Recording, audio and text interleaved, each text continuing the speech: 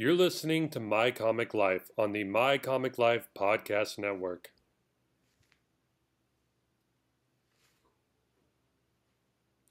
Welcome back to My Comic Life, folks. We are so thrilled you're here for another great episode with us. Thanks for listening. As always, joining me each week in studio, well, the only man I know who sucker punched Godzilla and got away with it. Alex, say hi to the folks, Alex. And I do it again. I promise you. Round two. Let's Anytime go, you want baby. it, Godzilla. Anytime you want it, Zilla. Hey, what's going on out there, my Comic Life fans? Great to be back in the studio. I miss Sam. I missed you guys. I'm actually really happy about the show that we put together for you guys. So I can't wait to get into it. Sam, how about it? Let's go. Hey, we're going to start off with a little cat and mouse this week. That's right, we're talking about Tom and Jerry, sort of. after years and years of waiting, some fans were able to watch Zack Snyder's Justice League 10 days earlier than its original March 18th release date. For reasons that are still unknown, when some HBO Max subscribers tried to watch Tom and Jerry's new movie, viewers were instead treated to a yet unreleased director's cut of Zack Snyder's Justice League. Now, the error was caught pretty rapidly and viewers were only able to watch roughly 1 to 2 hours of the movie. Some users shared screenshots of the snafu, but Twitter quickly sent out takedown notices on behalf of the Warner Brothers studio behind the production. Alex, I know we both have an HBO Max subscription. Were you able to catch any of this? I actually was not. I didn't even catch any word of this until much later on in the day. I was on Twitter and everybody was just talking about how people had seen Justice League early, so I hurry up, I run to Reddit, and they're taking down posts left and right. It was really, really crazy to think that something like a misstep of this magnitude could happen to a movie that's just this would be like if the new Star Wars leaked early. You know what I'm saying? Yeah, I do. Any sinister conspiracy theories behind this? Do you think any Marvel fanboys, hacked HBO Max to try to drop the movie early just to try to get possibly if it's bad bad press going before the release, or do you think Warner Brothers kind of did this on purpose as they were kind of nervous and wanted to get some good press out in front of this thing? What do you think? Or was this just a server mix up there? What's your take on this? All right, man. It was Joss Whedon. No, should I start cueing the X-Files music here? I honestly think that it was a huge mix-up. I mean, these things. It's hard for me to be like these things happen because they don't really happen. But they got on top of it pretty quickly, and people weren't allowed to watch the entire movie, but they some people did kind of fast forward through it to the Joker scenes or anything like that, and they've been in the. That's why it's good to avoid the subreddit for now, or at least browse it cautiously, because there are a lot of spoilers going on around right now. Even though it's a 5-year-old movie or something like that. Yeah, a 5-year-old movie that's a 4-hour cut, man. Yeah. What do you think? I mean, I got a question for you, Sam. Yeah. What do you think of the people that are trying to spoil the movie for others? I mean, I know we've had this conversation kind of before off air, but I mean, can you elaborate a little bit on how you feel about spoilers? Oh, I hate spoilers, man. I don't want to know anything about spoilers, and I know we're different on this because I know there are times you'll miss the release of Wandavision, and you'll go read every single spoiler about that episode.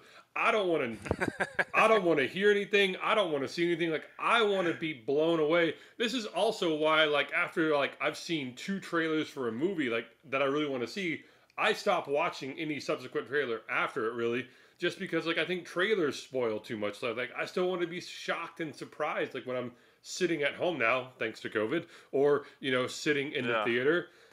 I want to be blown away, and I get it with trailers and everything like that. You've got to pull the audience in quickly with a sizzle reel and stuff like that. But I mean, coming out of a movie as big as Star Wars, or as big as Avengers, Endgame, don't say. I don't want to hear a word. Like I will like if I even hear somebody like when I'm walking in to a movie and I hear them talking about it come out, like I will like plug my ears and like hum as loud as I can. Like I don't want to know anything.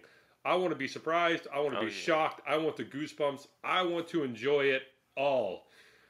Alex, I know I just kind of said that spoilers don't bother you, but I mean like for like events like this big, do spoilers not bother you still? I mean, like to me, yeah. I mean, it honestly doesn't bug me. I mean, I know, like we talked about before, and we've talked about this movie ad nauseum. That's why these questions are kind of a little bit out of the box. But I honestly don't care to if I do end up getting spoiled by this movie because it's a recut of a movie I've already seen, kind of, and it's not something that I mean I get it, dude. I trust me. Just because I don't care whether a movie gets spoiled for me doesn't mean that I don't care if a movie gets spoiled for somebody else. Because I do know that you know a lot of people have been looking forward to this for a very long time, just like they've been looking forward to Star Wars and the Avengers and everything like that. And there are some movies that I do not want spoiled for me, the last the what is it, the last Skywalker or Yeah, yeah. whatever that last or end game stuff like that. I did not want those spoiled for me, but it's got to be something that's just that big. Something that I've invested so much time in for me to actually care that much about it. And sadly, with them, just rebooting the DCU and rebooting the DCU and rebooting the DCU is just not something that I can kind of. I haven't invested too much time in it where I even care right now. Yeah, well, I mean, speaking of the Snyder Cut, and yes, we have talked about this a lot. We did receive one more trailer, probably the last trailer before the release. We get to actually hear Darkseid's voice. We see some more footage of Jared Leto's Joker, as well as Joe Manganiello, and I'm probably going to butcher your name. Sorry there, Joe, friend of the show. We Friend of get the to see, show. friend of the show, we get to see him as Deathstroke the Terminator. But this is not the most exciting news to come from this project this week. The most exciting news is that Grace Randolph, American comic book writer, YouTube host, and industry insider, released some very interesting news regarding the future of DC's Snyderverse on Twitter. Some of the things he said is, I'm hearing exciting things from multiple sources about the Snyder Cut. Justice League 2 and 3 might be possible. Some suits want Zack Snyder to direct Wonder Woman 3, which I think is an excellent idea. The hype is That's her real. words. Yeah, That's those her are words. those are Grace Randolph's words, not ours. This is what she put out on Twitter this week. um, do you think that this movie could save the Snyderverse, Alex? Should there be an extended Snyderverse beyond this Justice League movie? Oh man, I kind of want him to get out of the way because you know, as much as I did like Man of Steel a whole lot. Batman v Superman had its moments. It was okay, and maybe this Justice League movie is going to be amazing. You never know. I mean, I don't want to get my hype up too much, but I mean, you have these other DC movies like your Aquaman, who I can't remember his name, but the director of Fast and Furious, that guy, he directed those. I think it was You James have Wan. yeah, Juan directed them. Then you have Jenkins, who did Wonder Woman, and the name escapes me, but the guy who did Shazam. Those are three movies that weren't done that Zack Snyder had nothing to do with, and they were all like, I thought they were some of the best movies that DC's put out to date, kind Yeah, of. So James Wan directed Aquaman, and yeah, yeah, I'm kind of with you on like the same line there. I mean, like Snyder did Superman, he did Batman versus Superman, and we're gonna get his Justice League cut. But I mean, I really like you. I loved Aquaman, I love Shazam, and I love Wonder Woman. And so, I mean, like, if you're gonna kind of stick with like the Marvel formula of having like the same directors kind of tackle, different projects, but like the same directors that you used before. I would love to see, yeah, like James Wan takes, or like the director of Shazam's take, or yeah, Patty Jenkins' take on like like a Justice League 2, or like some other like spin-off movie like that. Like I'm not like and I know opposed that to it, but Zack Snyder said that he said in an interview that this was kind of his last hurrah with DC. But I mean, who's to say that that's true? Especially should this movie actually be a huge hit. Yeah. Now I will say I I vehemently disagree with Zack Snyder taking over Wonder Woman 3. I think Patty Jenkins has done a great job. A a little misfire on part 2 there, but Yikes. I'm willing to see where she goes with part 3 just based on how amazing part 1 was. Do you want to see Zack Snyder take over Wonder Woman 3? No, no, I don't. I'm sorry, I just really don't. I don't know if he has any kind of work in down coming in down the pipeline or anything like that. That might be interesting to look up. But as far as him taking on Wonder Woman 3, it's just not that's not something that I'm interested in because I don't think that he's gonna do the Wonder Woman has a certain tone in her movies, and that tone is like not what Zack Snyder is good at. Zack Shit. Snyder is good at gloom, doom, like, and Wonder Woman has a sort of Wonder Woman has heart, whereas he's the Superman is the Man of Steel. He doesn't really have, and Henry Cavill is an amazing Superman, but he only gets to work with the script that he's given, and his script did not call for very much. Like if you watch those movies, there's not a whole lot of like heart or like comedy relief or anything like that in them. And I think he even said in this Snyder cut that there's like just like no jokes, no one-liners and stuff like that. And it's like that's not something that that I think about when I think of a Wonder Woman movie. So I guess wrapping up the segment here, my final question to you: would there be any other future DC heroes that you think Snyder could be good at, like directing, like their origin or like their kickoff movie? Oh man, I uh, maybe if you went back and did if they did something with like a Watchmen sequel, maybe I Yeah, guess yeah. I was gonna that say might be it. That might be it for me.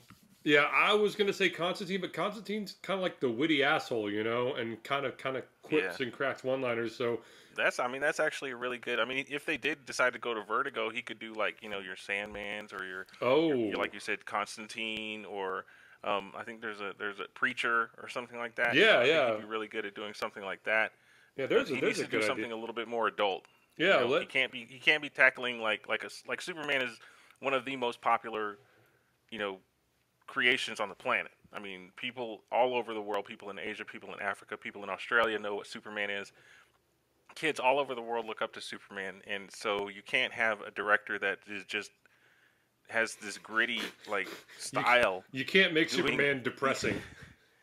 Yeah, you can't have him like snapping General Zod's neck and then screaming in pain because he's the lonely Kryptonian left in the universe now, and it's like kids will not get that. But something a little bit more mature, like we said, like your Preachers or your Vertigo series, anything in the Vertigo series, I think he could do marvelous in. They should Yeah, I just give think him the whole Vertigo and just let him run with it. yeah, I think you're spot on with that assessment. Let him run with the Vertigo verse and let James Wan, Patty Jenkins, and the Shazam director David F. Sandberg, like let them play around in the more DC kid friendly sandbox there. But just to let you know, Zack And Snyder's. Oh, go ahead. the people out there listening, dude, we could totally be eating crow, dude. I could watch the Snyder cut and be like, wow, like he really blew me away with this one. Give him as much money as possible. He needs to make Justice League 2, 3, Wonder Woman 3, 4. He needs to make Green Lantern 1. He needs, I Yeah, I could be completely blown away, and I will definitely eat crow. Because I think we're going to give you guys a week to watch it, and then we'll start covering it. So, be sure to tune in. And I think to take us out of here, I think Sam's going to have a little bit more information left on it. yeah. Zack Snyder's Justice League releases March 18th, and as Alex said, we'll give you guys a week to watch it, and then spoilers, spoilers, spoilers. I'm telling you now. But yeah, and like Alex, man, a part of me is hoping that yeah, like I will eat crow on this, and like I'll come back and be in like Zack Snyder's comic book god, you know, back the money truck up, yeah. Let him direct everything he wants to direct. Just oh man, like I'm hoping Justice League blows me away that much. I'm not expecting it to. Like I'm keeping my expectations middle of the road. But like Alex, I would be so happy to eat crow on this one and just be like, Zack Snyder, you fucking rock, sir. We're not worthy. Yeah, we're not worthy. Yeah, we'll totally do the Wayne's We're Wayne's gonna do Wayne's World bow down there. But absolutely. yeah, but jumping over to the Marvel side of things, rumors are swirling. A certain letter in the alphabet keeps coming up. It's right on the tip of my tongue there. Oh, wait, it's X. X keeps coming up. Ah, The mutants are coming. Rumors have been swirling recently as news from the MCU points toward a very popular super team getting the reboot treatment with the official Marvel logo behind them. Inside sources say that Marvel Studios president Kevin Feige is producing a new film tentatively titled The Mutants. Rumors say that this is just sort of a placeholder title and that the project will actually serve as an X-Men reboot introducing the mutant superhero team to the MCU. Now, Marvel acquired the film rights to X-Men along with Fantastic Four and Deadpool after parent company Disney purchased 20th Century Fox in 2019. During the MCU panel at San Diego Comic-Con, Feige confirmed that the Fantastic Four were on the slate to begin production, but not much was heard about X-Men. If these rumors are true, a lot of eager fans will finally be getting their wishes as the X-Men could be joining the MCU. And Marvel is sort of known for working titles and code names into their more ambitious projects such as like Iron Man 2 being Rasputin or Murphy's Law or the Adventures of Angus MacDonald or I like this one, Thor, Manhattan, or Captain America, the First Avenger, Frostbite, or I the like that. That Avengers. one's my favorite. I like this one. Avengers, group hug, team building. Um, Alex, do you think there's any validity to these rumors? First off, yes, no, bullshit. What is it? Go. Oh man, I think this has got to be a true rumor. I mean, what else could it be? I mean, they've already had the New Mutants, and that I don't know. I didn't get to watch it yet, but I haven't really heard good things about it. Not as But bad as it what people said it was. Like I'll come to in defense of New Mutants on that one. Like not the it's pretty best, good, huh? but it's fun and it's not Dark Phoenix. So that's Oh wow. that's So that's that's a that's what pretty I'll low say. bar you got to jump over right there. I know. It's not X-Men so 3 the Dark Phoenix, but it's fun. It's fun. so I do think that this is 100%. I like this has to be the X Men, man. I know that they've been talking about it for a really long time, and they've been wanting and wanting to get the X Men back into the. They've been. I mean, that was part of the main reason why Marvel or Disney had put in such an aggressive bid to buy 20th Century Fox. So with it being I can't imagine what it would be if it wasn't the X Men. So I'll just say it like that. But I mean, what do you think, Sam? I mean, Uh, what do you what's going through your mind? I'm buying into these rumors just because I loved I liked the early like X-Men 1, X-Men 2 films. I loved X-Men First Class, X-Men Days of Future Past. Like love the X-Men comics to begin with. Have always been a big fan of the X-Men comics. Still Oh rewatch yeah, episodes of the 90s, Saturday morning cartoons on Saturday morning sometimes on that's on Disney Plus, yes, baby. yes on Disney Plus. Yeah, so love the X-Men. So yes, I want these rumors to be true. I want there to be like a new team of X-Men. Like I want this to be like, kind of like, Marvel's Phase 1 or was like all about the Avengers, or like, well, Phase 1 through 3 was all about the Avengers and we have Phase 4 coming. Well, great. I want like Phase 4.5, Phase 5 just to be like X-Men centric. Like bring them on, man. Like spin-off movies, whatever you want to give me. I mean, just anything of the X-Men I'll take. I love the X-Men. Such a great comic book series, such great movies have come out of them and such great cartoons have come out of them. So yes, please, please, please, please let these rumors be true. But So do you think? Let me ask you a really quick yeah, question, yeah. Sam. Do you think that this is going to be the way that Marvel's finally going to kind of close the door on the big three that because they've gotten their 10 years out of Iron Man, Thor, Captain America. So do you think this is going to be kind of the way that they kind of not necessarily just like lock them away in the vault or whatever, but kind of focus on a new kind of core cast in the MCU that they can have for another 10 years. You know what I'm saying? Yeah, I would say yeah, like passing the baton off from like like the Avengers era, like you would have to either pass it off to like the Fantastic Four and like lock them into like a 3 to 4 picture deal, but I would say that you could get more Avengers in-game esque style like franchise movies out of the X-Men, like a longer running, like you could do some like minor X-Men films and like build up to like Dark Phoenix, or minor X-Men films and like TV shows, and then have it explode into like the House of M. Like I think there's more long-term bankable storylines in the X-Men than there are in the Fantastic Four. Not to say I'm not a big fan of the Fantastic Four and like I don't want to see them do well. I do, but like I said, I think like there's a bigger universe to be found in the X-Men than possibly the Fantastic Four. So yeah, I would say that you could close the door there with the X-Men. Same question back to you, Alex. So like, do you think this would be like a good way to like pass it off, or like is there another team or like another superhero that you want to see pick that up? I I definitely think that this might be their grand plan as far as what to do with the Avengers, kind of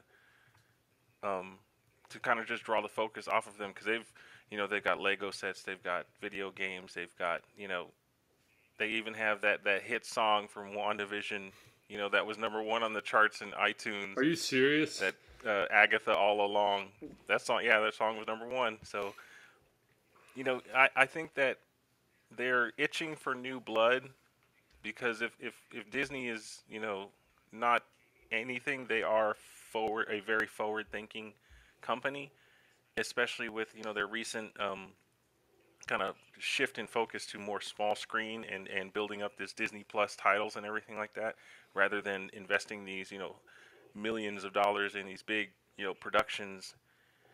So I do see the X-Men kind of leading the way into the mid 2020s, maybe something like that. I would, and I honestly can't wait to see how they navigate this, knowing that the Fox version of the X-Men is kind of so beloved to fans.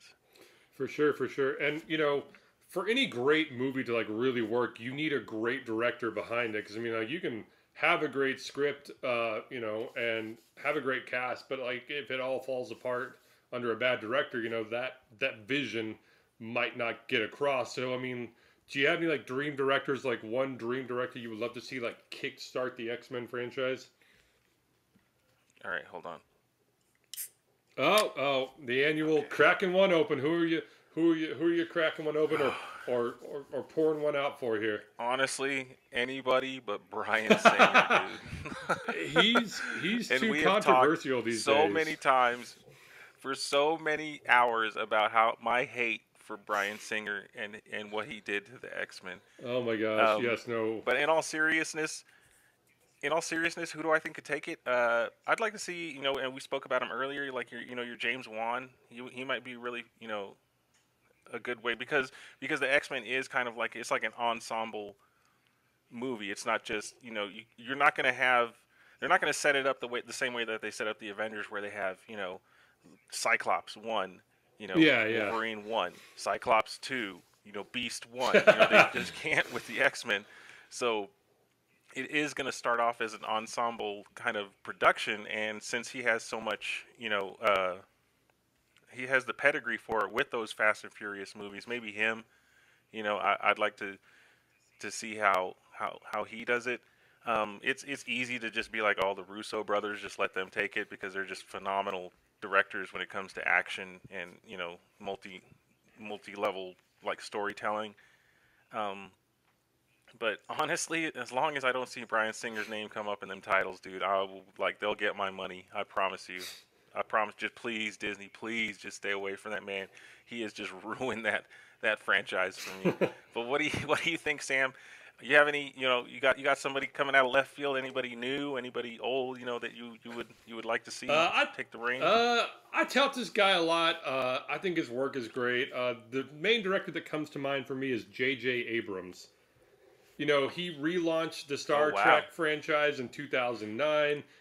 He rebooted like the the Star Wars for a new generation. So I mean, he has proven to me that he can handle large casts, that he can do fast-paced, exciting, action-oriented films, and yeah, he's just a good, well-rounded director. So yeah, my money would be on seeing J.J. Abrams reboot or bring the X Men to the big screen. I would be thrilled to see his name attached to any X-Men project, and like that's like me like laying all my cards down on the line. Like He does have that Disney pedigree, man. He's got the experience working with Disney. yeah. Now, I mean, kind of furthering this beyond director, like, are there like storylines you hope Marvel Studios can use now that their roster has grown much larger? Like anything you would like to see, like Avengers versus X-Men? I know that'd be totally wild and crazy, but I mean, anything out there that like you're like, man, I want this to be like the Kickstarter, like to like kickstart like the X-Men, film franchise. Like I want this storyline to like go down. Anything come to mind? I kind of want to finally see Mr. Sinister. He's kind of been hinted at a lot in Deadpool, and I think in the rebooted X-Men franchise, with the Essex Corporation and all that stuff. So I do want to see any kind of storyline with Mr. Sinister. And earlier in the show, you had actually reminded me the House of M would be a fantastic kind of storyline that they could run with. But it's kind of difficult to think of one because they've beaten so many of them into the ground with these first trilogies, man. It's just been with the Days of Futures Past and with the Dark Phoenix saga. We got that twice, and neither of them were any good.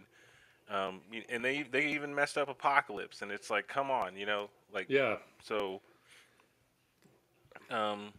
because the X-Men, they have a lot of great storylines, and not just because of the action in it, but because of the kind of underlying tones that they take. The fight but the respect that they have between Professor X and Magneto is something that I will. Oh man, I wish I had another beer to crack, but I will give that to Bryan Singer. He did have some great casting choices, and the camaraderie and kind of rivalry that Sir Patrick Stewart and Sir Ian McKellen had with each other throughout his movies was kind of second to none as far as what we've been given in these superhero movies. But man, I don't know. I guess I just say Mr. Sinister or the Skrulls maybe or something like that. I'd like to see some big action like that. But I mean, what about you? I mean, I know you're a bit of a bigger X-Men fan than I am, so you may know a little bit more about them. Do you have any kind of storylines that you think that Marvel Studios can use now that their roster has grown to be much larger? Well, so I mean, you could kind of borrow from like the first X-Men film if you wanted to, and just kind of like have like Charles like assembling his X-Men team to like like stop some like master plan of like the Brotherhood of Mutants. That always works out well, and that's always kind of like a good introductory there, of being like, hey, here are the X-Men, good guys, here are their powers. Brotherhood of Mutants, bad guy, here are their powers.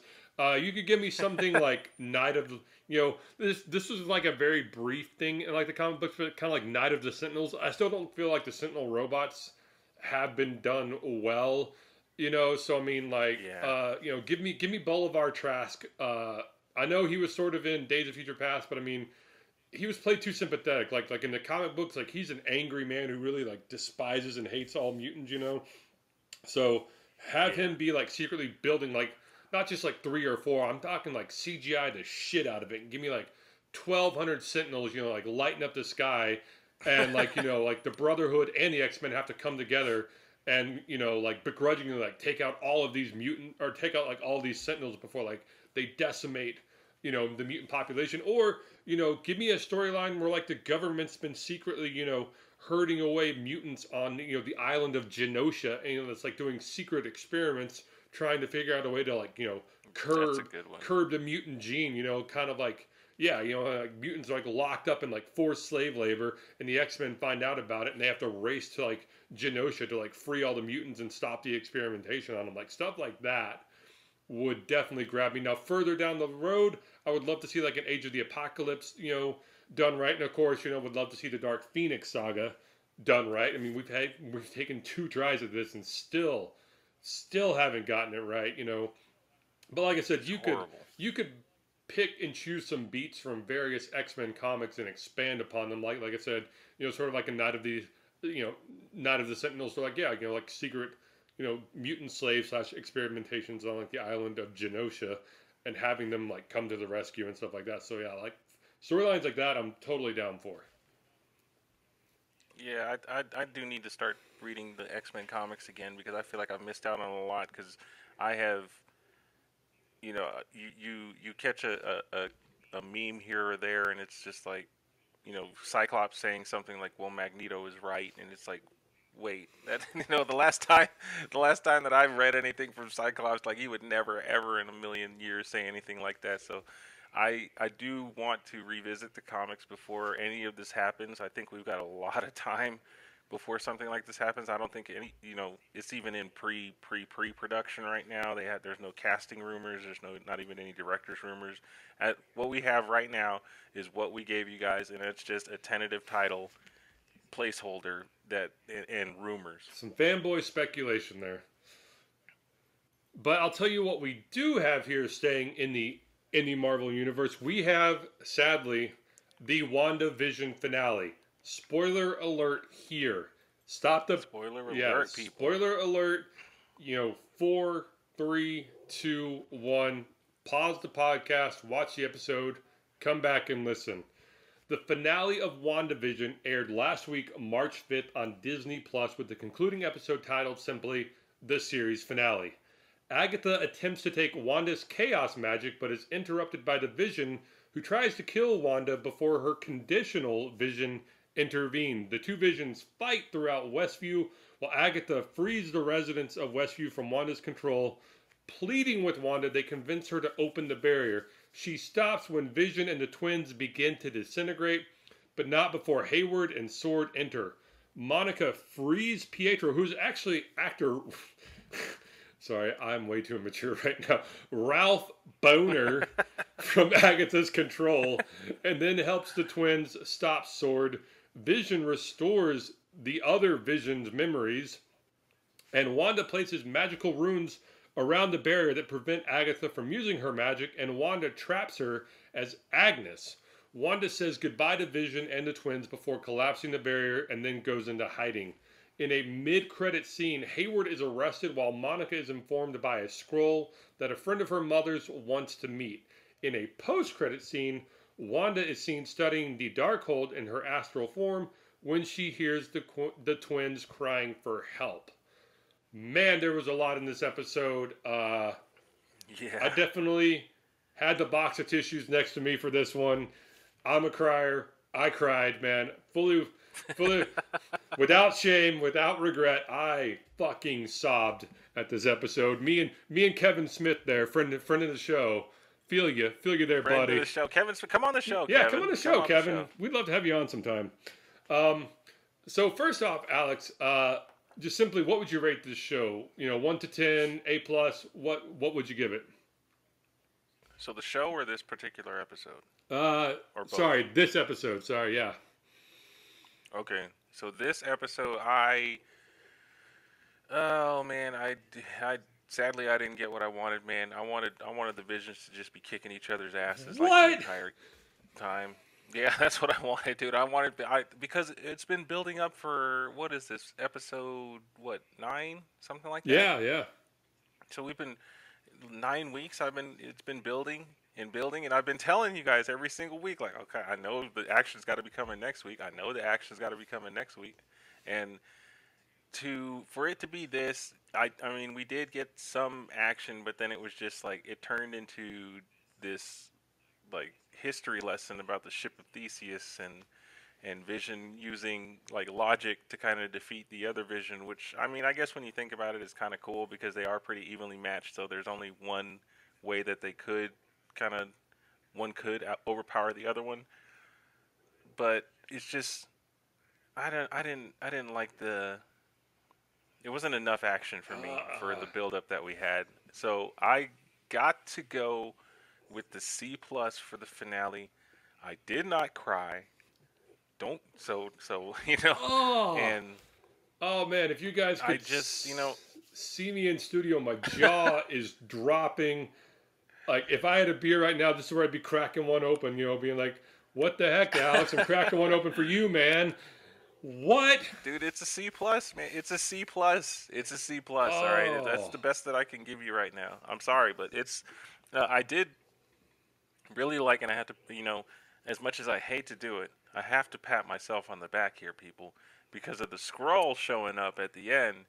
Who was calling stuff like that, Alex man? was So calling stuff like I, that. you bet. So, uh, I and just for her to just ride off in the sunset and stuff like that, like, no, you held these people captive for 9 weeks. I'm sorry, like, you've got to answer some questions at the very least.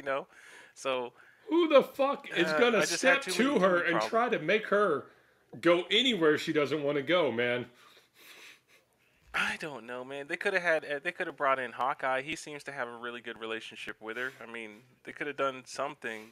That's just my personal thing. It sounds like you have a very different take on this episode. So, what would you rate this episode? Man, I give it like a 9.8, like A minus. Justin, Wow. I know. It finally cracked that 8 point barrier. Like, this has been a solid B minus B plus show for me, or at least the episodes have been. This one though, I mean 9.8. Like you, like it was a little uneven in places, which is why it's getting like a 9.8 from me. But the wrap up, and yes, like I got like enough action from Wanda fighting Agatha and like the two visions fighting each other, and like when like the whole family unites in like the town square to kind of like take on Sword, Agatha, and the other Vision. And honestly, I thought, wrong theory here. I thought, Wanda was going to merge her version of Vision with the White Vision that we got there, and that was going to be like how Vision came back. But they did it in like almost like a better way than I could have imagined. Like that version of Vision that we have in this show is like Wanda's version of Vision, not like the real Vision, and so Wanda's version of Right. Vision awoken all the memories in that Vision, and so he flew off to kind of like figure out who he was and why he exists. But he could easily come back to her and be like, "Look, man, I've been on like a pilgrimage for like 6 months because I learned that fast, and now I know everything there is to know about where I was before I got the gem ripped out of my head, and like I want to come back to you as Vision, like I'm back." And like that very much excited me because the one thing I wanted more than anything out of this show, I mean, like I wanted like a really good show, and I really wanted to see a full on Scarlet Witch, which I got, but I wanted Vision back Yeah. alive in the MCU, and I got that, so I was so thrilled. So yeah, like I said, and yeah, at the end, spoiler here, when she finally has enough sense of peace to let go of her picture perfect TV family, and she collapses the barrier, and like she's tucking her kids into bed, and she has to say goodnight to her kids. Fuck a duck, man. All right. And then she has to say goodbye to Vision. Oh, man. Man, I think like one of the boys said, like, thanks for being my mom. Like, the waterworks Oh just man, they got you, huh? got me, man. Got me in the feels. Yikes. Uh, I will say that Vision does have some of the best lines in the MCU when, like his last lines with Ultron, and then when he was talking with Wanda at the Avengers compound, and he was like, what is grief but love persisting? yes, And then yes. this last one, when he was like, I've been a voice without a body, I've been uh, I don't know. It was Yeah, I no, can't he's remember the been. exact word, but this dude just he's got the bars, Oh man. yeah, Like no, he's been like this man has. he's been like I've been dead. I've been a voice without a body. It'll be, and paraphrasing slash dicing here, but yeah, he's like it'll be interesting to see where I go to next, like how I come back next. Yeah. So So it was. I mean, so you give this one a 9.8. a 9.8, whatever. Let's just move past it, right? We're just moving past it. uh, What would you rate the show as a whole? as a whole, B plus B minus. Most every episode kind of fell for me on like an 8 to like an 8.8 scale, and so for me Right. that's like a B minus. I mean B plus B minus scale. Like, did every episode like floor me and blow me away? No, but was every episode really good and well written, and like did it did not keep us talking show after show after show, guessing like who the big baddie was or what was going to happen next week and everything. It did. And so for that alone, you got to give the writing and the acting and the direction of this show credit. And so for me, yeah, it's a solid, like I said, anywhere between an 8 to an 8.8, and on like, an A to F scale, B minus to B plus. What about you? I've I'm a little bit more critical, so I'd probably give it like a solid like C. Okay. Yeah, Okay. yeah, like a solid C, 7.5, because those first three episodes were useless. They could have gotten rid of them if they. No, man, that was They story they and did nothing other than like there were like 10 seconds in those episodes where it was like letting you know that, oh wait, something's not right, and that's just for me. It's just a little bit too slow for me. It wasn't really my thing. I can understand why a lot of people liked it.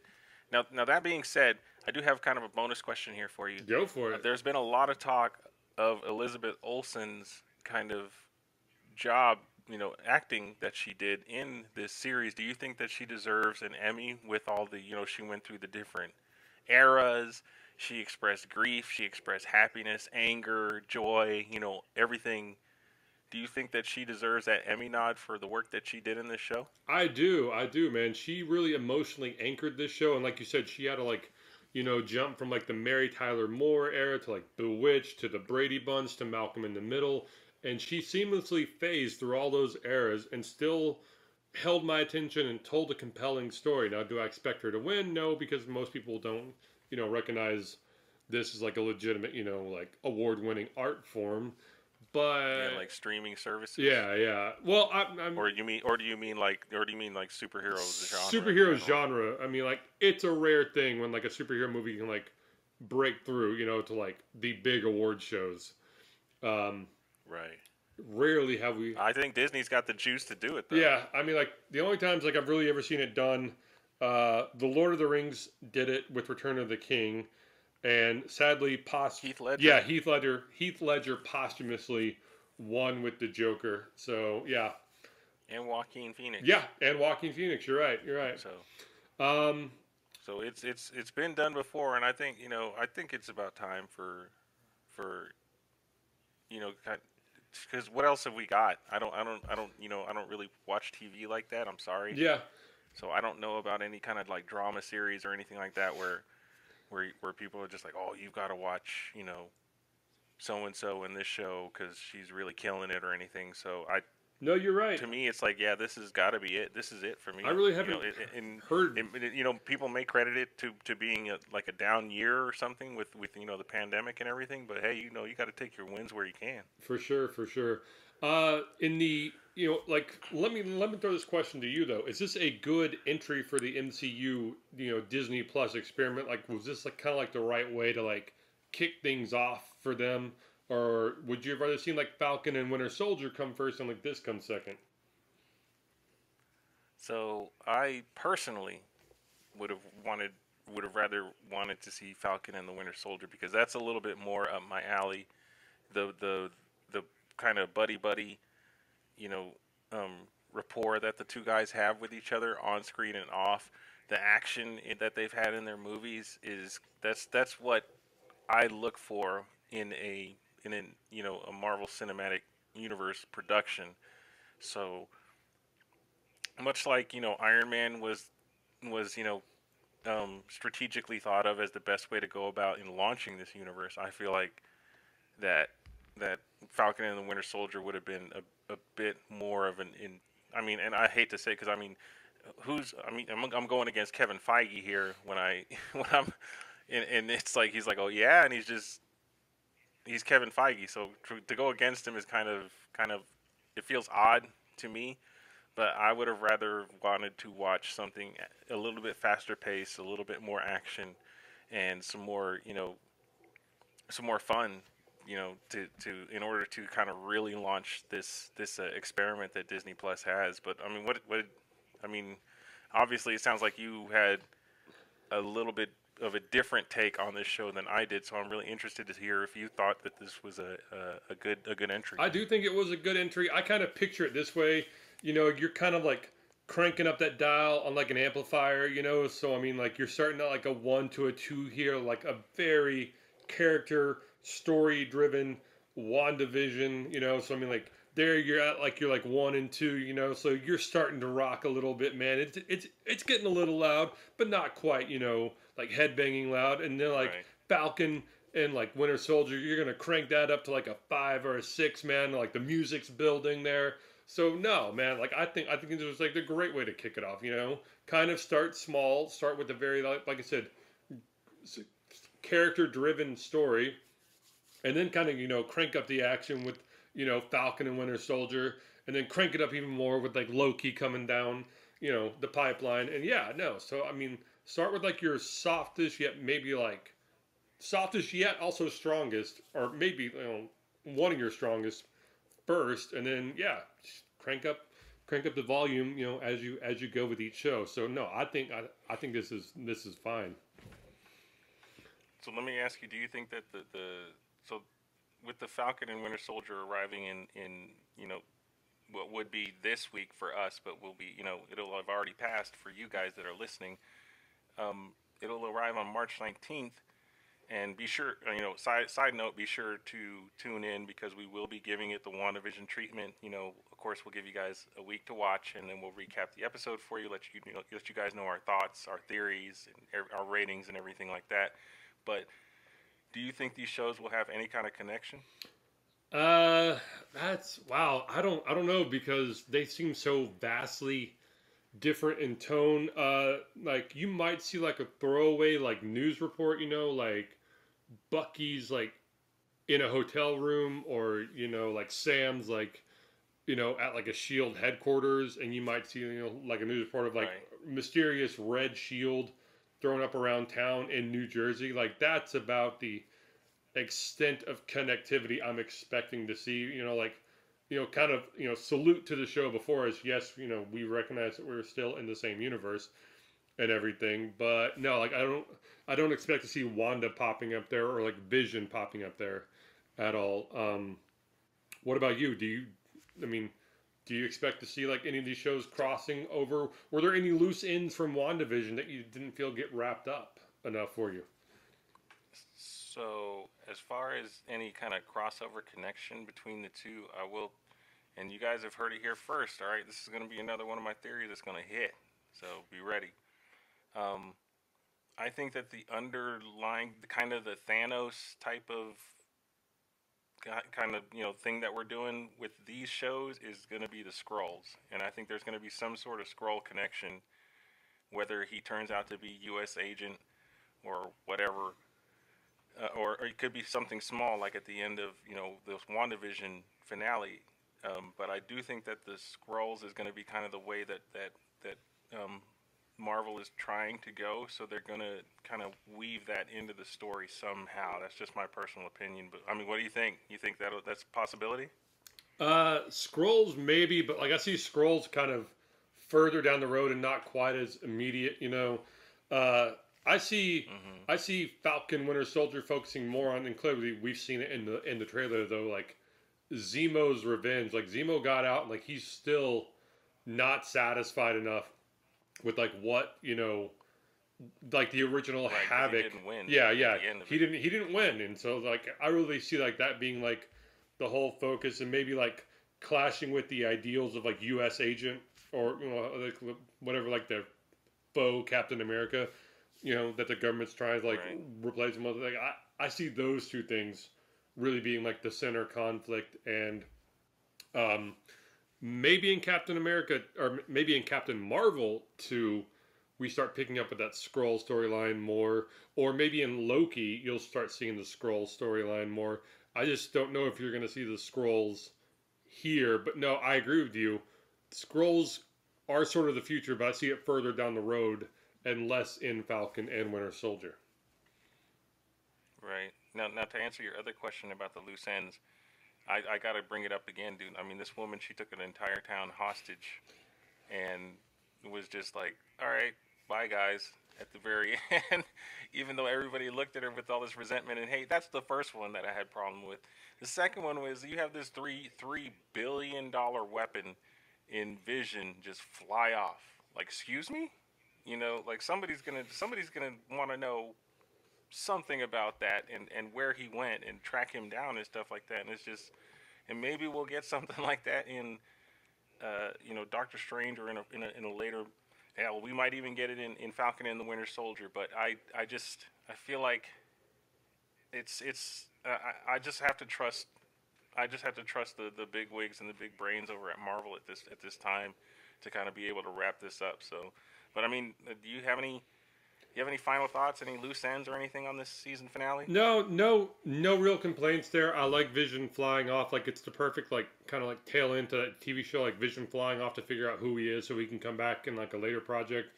I agree with Monica Rambeau. You know, like when Wanda's walking out of town and everyone's glaring at her, and she's kind of like, "I'm sorry, you know, that you're having like go through this," because not even Wanda, until Agatha made her walk back through her memories, really understood how all this was created, or like how it went down. You know, like, and she didn't like purposely like do this. I mean, like, this was brought on out of like grief and desperation and sadness and like a whole new level of power that she didn't even know she had and didn't know how to control, and it just exploded out of her all at once.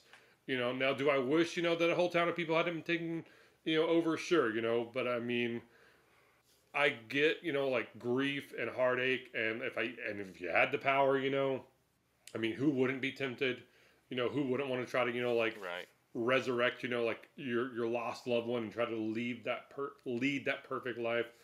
So no, not mad at Wanda. My heart more breaks for her, you know, and than anything else. Just with all the shit she's had to go through and like climb back from. So no, and I'm happy with. Right, because essentially she has nobody right Yeah, now. yeah. So no, and I'm kind of happy with, like, you know, just the way it ended in like the bookend. You know, just to kind of like, it wasn't like a finale with a period. It was a finale with a question mark to it, and I like that. I think that for a continuing and ever expanding Marvel cinematic and TV universe, there should always be a question mark at the end of like every movie or every TV series that you're gonna do. Absolutely, absolutely. So I mean, I have to give it overall. I'd recommend that you guys do watch it because we don't have a whole lot to watch right now. I know Mr. 9.8 over here is going to go ahead and give it the recommendation. But other than that, I mean, that this wraps up our 9 week, you know, look into WandaVision. So I hope you guys enjoyed it. Let us know in the comments what you guys think. Do you enjoy us kind of recapping these shows for you? Because I like to do it. I know Sam likes to do it. So we'd like to do it a lot more for you guys. And if you guys ever have any questions, I think Sam has all the information that you guys need to get a hold of us. So I mean, take it away, Sam. Yeah. So we're gonna wrap up here. Again, apologies to Kevin Smith. We couldn't get you on this week. Scheduling conflicts. I know. We will try to get you on next week, call sir. my people, Kevin. Yeah. Call us, Kevin. We want to have you on. But no, if you want to contact us with show ideas, you know, be like, hey, I've heard you guys do, you know, like top 10 best Spider-Man video games, like top 5 best Batman. You can reach out to us at realmycomiclife@gmail.com. You can also just talk to us directly on the My Comic Life Facebook page. We get back to you guys pretty quickly there too. And we have a YouTube channel. We're starting to get some comments from fans on the YouTube channel. Great to hear from our YouTube audience out there. We are My Comic Life at YouTube. Just look for that great My Comic Life logo drawn by my good friend Autumn there. Thank you, Autumn, for that. But yeah, folks, again, apologies to Kevin Smith, and that wraps up this show. So, as always, ditch the herd, be a nerd. Stay strong out there, my friends.